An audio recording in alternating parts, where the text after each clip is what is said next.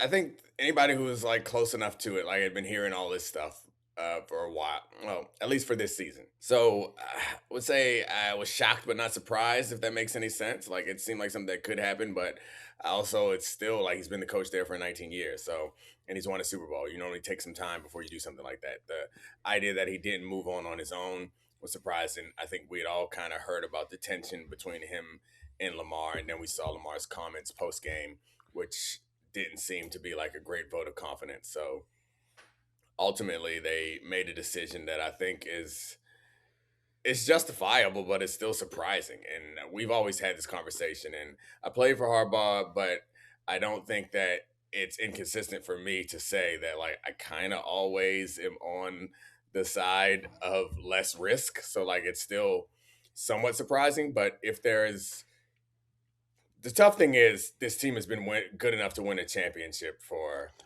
I guess since Lamar's second year as a starter, right? And Mhm. they haven't yet. And so like it's hard to look at that and say like the coach or somebody hasn't been disappointing. So I'm not surprised by it. I think the funny thing is they both become the most desirable Mhm. options on the market. I know today on our show on Get Up, Graziano mentioned that Miami was going to stay with Mike McDaniel. It's like unless something happens in the coaching market.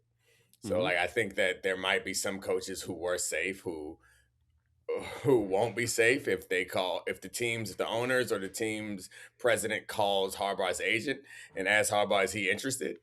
I think there are some of the people who survived who would no longer be safe. I think Aaron Glenn's job could be on the block. I think Shane Steichen and with the Colts job could be on the block.